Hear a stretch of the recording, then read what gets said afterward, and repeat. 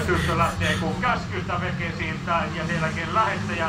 Käsi käy, lipo helastaa ja näin lähdetään ja hyvin sieltä irtoaa.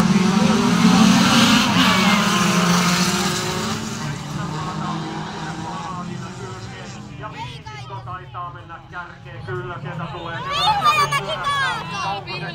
Kommeri pyörii muutaman leikin ja näin viisikko kärjessä 233.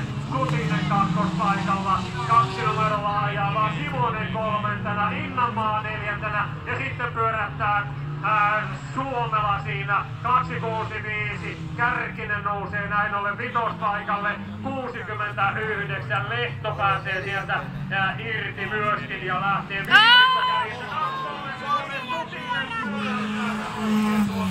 tulee pääsuoralle.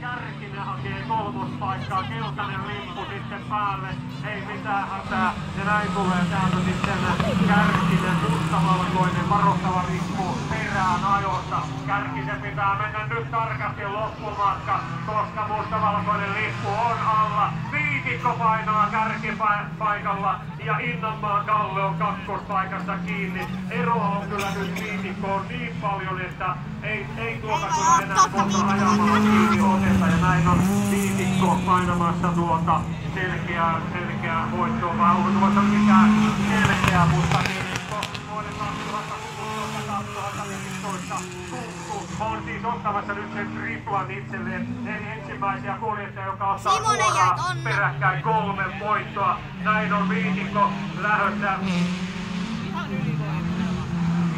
Taitaa olla sitten jo tulossa ruutuvikolla kyllä. Näin on äkkiä ajettu tuo Innanmaa kakkospaikalla. Sitten on Nousia Kärkinen kolmospaikalla ja hirveät erot tässä syntyy joka tapauksessa. Ei tullut oikein sellaista tiukkaa vääntöä ja näin tulee Janne